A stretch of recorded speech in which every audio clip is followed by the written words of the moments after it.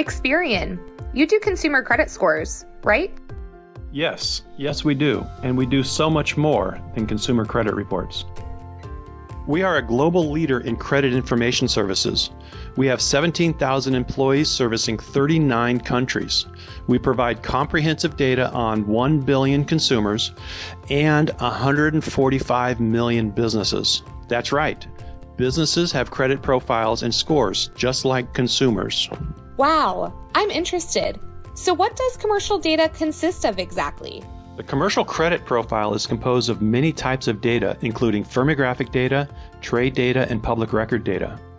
Firmographic data, commonly referred to as demographics on a consumer's report, provides information related to describing the business, such as the business industry, which is described by the SIC and NAICS code. The age of the business, which can be inferred from the date of incorporation or the number of years on Experian's file. The business size, as estimated by the employee size or annual sales. And business type, ranging from sole proprietorship to Fortune 1000.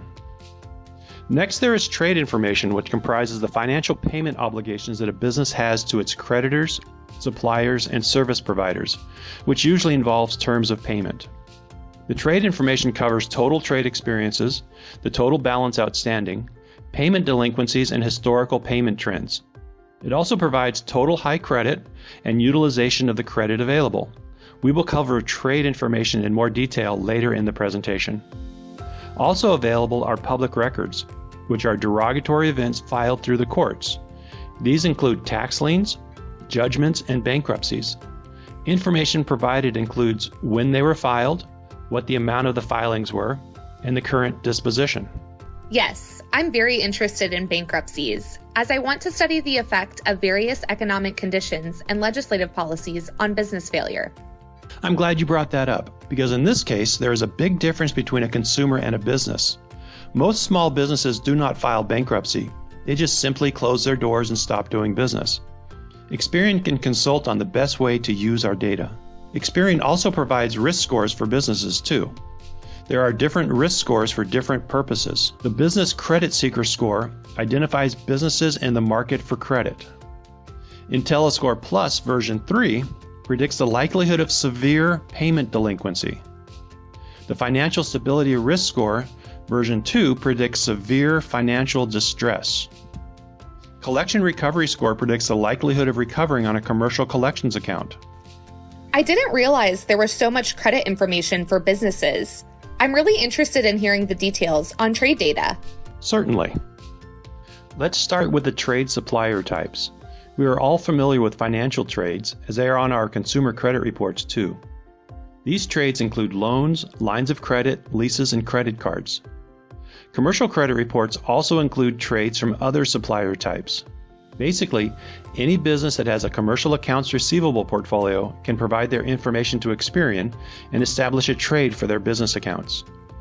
That would include supplier trades like raw materials, building and office supply, business services such as accounting, marketing, and financial, utilities such as telecommunications, gas, water, and electricity, and transportation such as shipping via ground and air.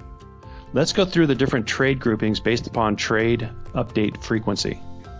The first time Experian gets a trade from a specific data supplier, that is considered a new trade. On the next update of that trade, it is reclassified as a regular trade. If there are no updates to a regular trade within 3 months, it becomes an aged trade. A trade falls off the business credit report without an update in 36 months. If an update comes in for an existing trade, even for a trade that fell off the report, it becomes a regular trade again. For these trade groups, we provide information on total balance outstanding, total credit and utilization, payment delinquencies as of today, and payment trends over time. So, with this type of grouping, it's easy to quickly identify newly added trades, regularly updated trades, and trades that are becoming stale. Why would trades stop getting updates? The most common reason is that the trade is closed, either voluntarily or involuntarily.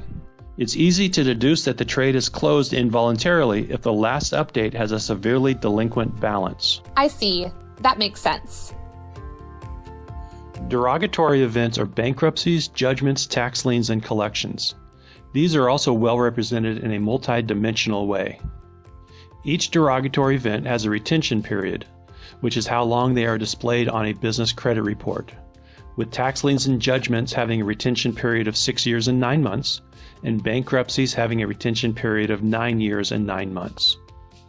For each derogatory event, there are multiple dimensions covering recency, frequency, and dollar value. For example, recency will include age of the most recent event, such as a collections.